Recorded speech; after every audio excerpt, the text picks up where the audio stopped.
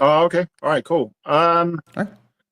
Well, yeah, I mean, basically, I think it's just the issue that we've got predominantly with modern feminism is that it pretends to fight for women, yet in practice, it often undermines them by attacking traditional gender roles specifically. And in doing so, it strips women of the very choices, values, or attributes that once gave them strength and purpose and respect. So instead of truly empowering them, it kind of pressures or gaslights them into willingly abandoning exactly that which makes them unique, by dismissing motherhood, family, and their very femininity as being weaknesses. So I think in doing so, modern feminism's kind of become ironically misogynistic, by devaluing women's natural roles and convincing them that to be equal, they must first reject that which is inherently feminine or female.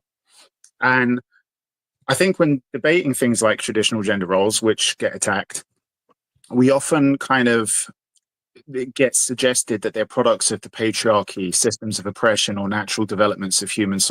Sorry, or that they could be natural developments of human social evolution and patterns that help society survive and thrive. So, if we have any reasonable hope of kind of accurately determining which is the more likely case, whether they're systems of oppression that you, these kind of misogynistic men in power have created, or whether or not they succeed and they work because of that, which is why we continue them as being traditional gender roles. We first need to consider what we mean when we say that something is actually traditional. So usually we use that word to imply that something's good or effective, but to be fair, this in reality, I guess, isn't always the case. People traditionally believed that the earth was flat. You know, they traditionally believed that rain dances needed to be done to end droughts, or they made blood sacrifices to appease the gods for a bountiful harvest or whatever. So sometimes traditions ensure simply because people don't really know any better. And if we want to challenge or change them, we must at least accomplish two crucial things. First of all, clear, undeniable evidence to show that the belief or practice is wrong or that it's ineffective. And secondly, we need to offer a proven, workable alternative that delivers better results, which is grounded in science and backed with empirical data. And herein lies the problem with many modern Marxist influenced cult like ideologies, where they fall short, is that they criticize the long standing social norms, whether they be the fact that you need two-parent households and that both parents need to be a mother and a father, or that, you know, gender doesn't need to be in line with biological sex, and to think so is this outdated heteronormative kind of view which is rooted in bigotry or whatever. Or, as we're discussing now, that, you know, traditional gender roles. Feminism, and particularly modern feminists, will attack traditional gender roles without actually disproving their value in any meaningful way. And although they may occasionally promise alternatives, they can't provide any convincing evidence that these alternatives are actually safer or more effective or generally beneficial. They can't even show that they're as good as what we already have. So without proof of progress, their kind of movement collapses. You know, critique can't replace tradition, and tradition cannot be overthrown by rhetoric alone. It needs to be replaced by something demonstrably better. So until then, the burden of evidence lies with those who want to tear it all down. Okay. With that being said, Teriak, you can go ahead and have your time. Yeah. So the core issue at this, like I said, I'm going to get philosophical at this, but it's going to try to keep it simple, particularly for people in chat and all stuff. And again, shout out to Jake for not only hosting, but for like getting the definitions, like making sure that these kind of like are accepted out of the way, all this kind of stuff. So the key thing here in terms of the nefarious character, the misogynistic, you know what I mean? As the misogynist, I want women to think they're equal to men. It's even in the word equal, equality. You know what I mean? That's what it means, that women are equal to men. That's why you have like women saying it's like, yeah, like, you know, women are just as strong as men, all this kind of stuff.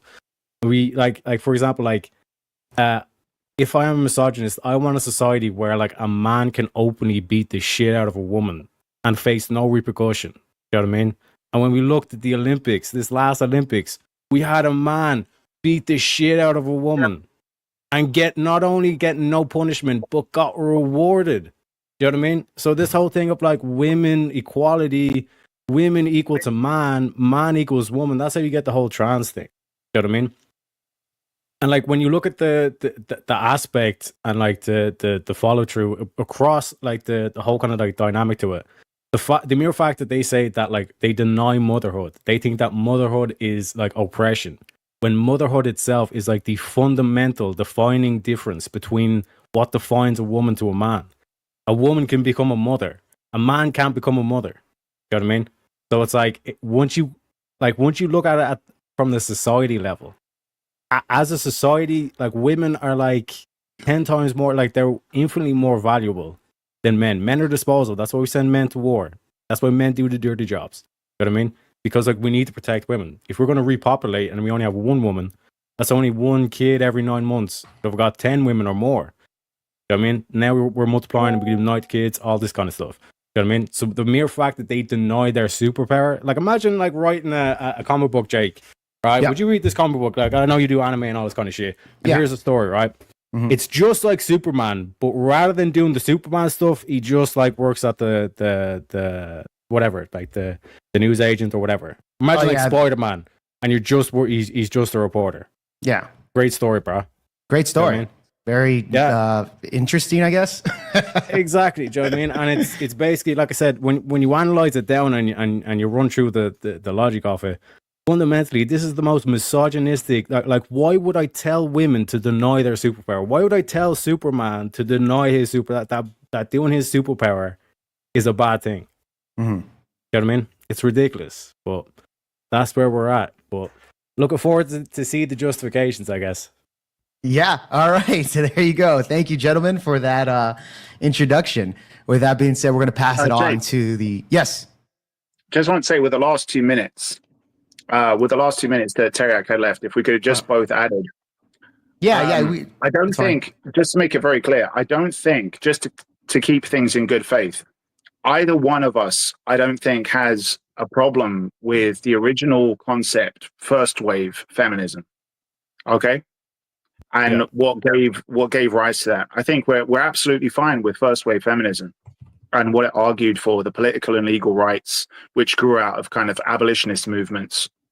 I think we're 100% okay with that. Like, I think where things went off the rails was with second wave, third wave, and onwards, where it got co-opted and started to bring up principles and concepts which really went against women and especially women's quality of life. So I just want to say that.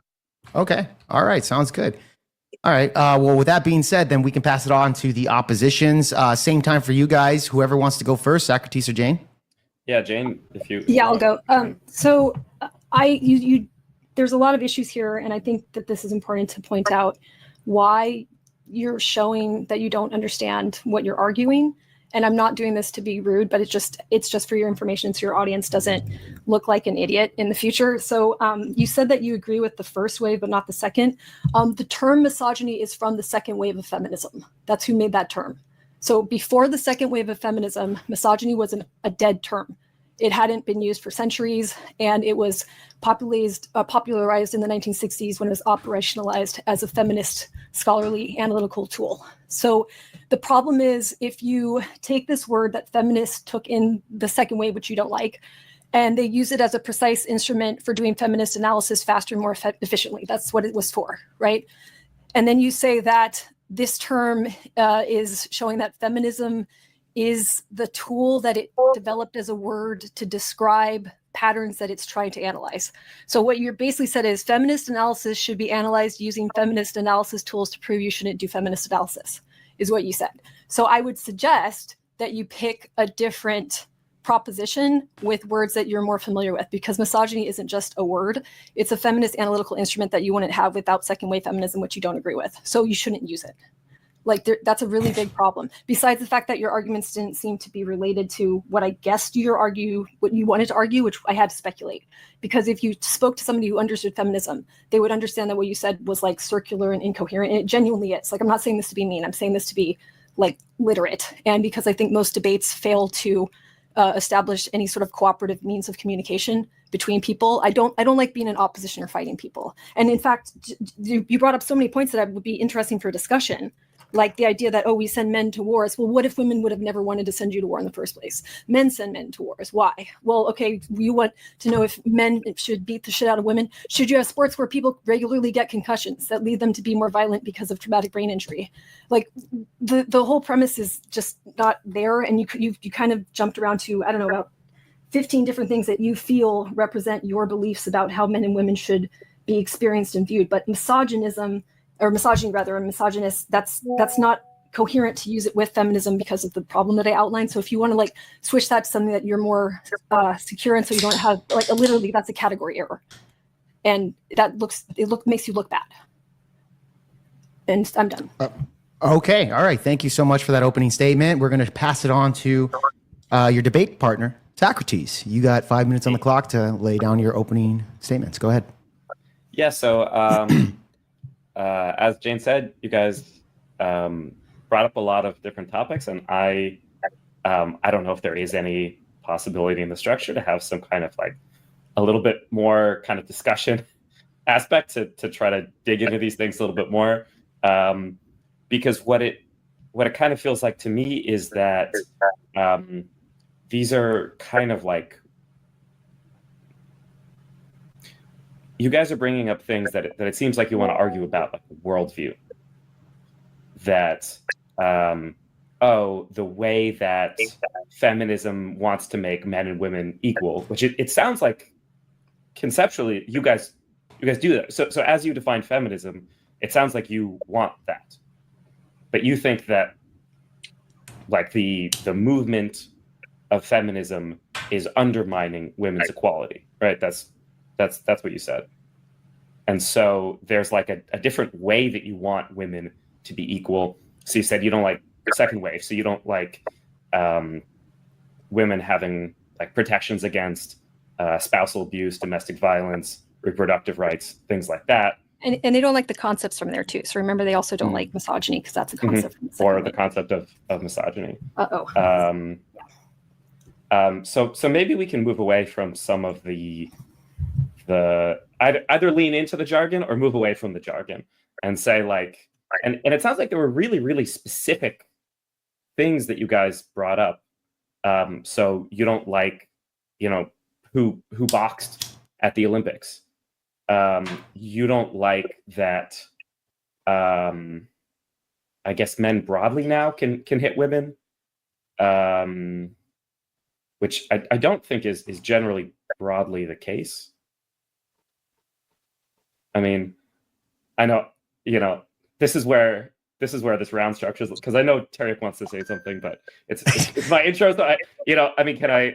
No, finish it off, bro. You got 2 minutes. Don't worry. Or 3 minutes. Yeah. Because I would love, I don't want to talk about something that's not relevant or not what they believe, or Yeah. I want it to be a productive conversation. Can I add? So I'm in the chat with them. Like literally, what you said is incoherent. Like if you want, I will actually straight up leave if you can't concede that you made an incoherent argument. Like put it into ChatGPT or put it into Claude. It literally is incoherent, and anyone that humors you at that level, you can't. Can I ask you a question?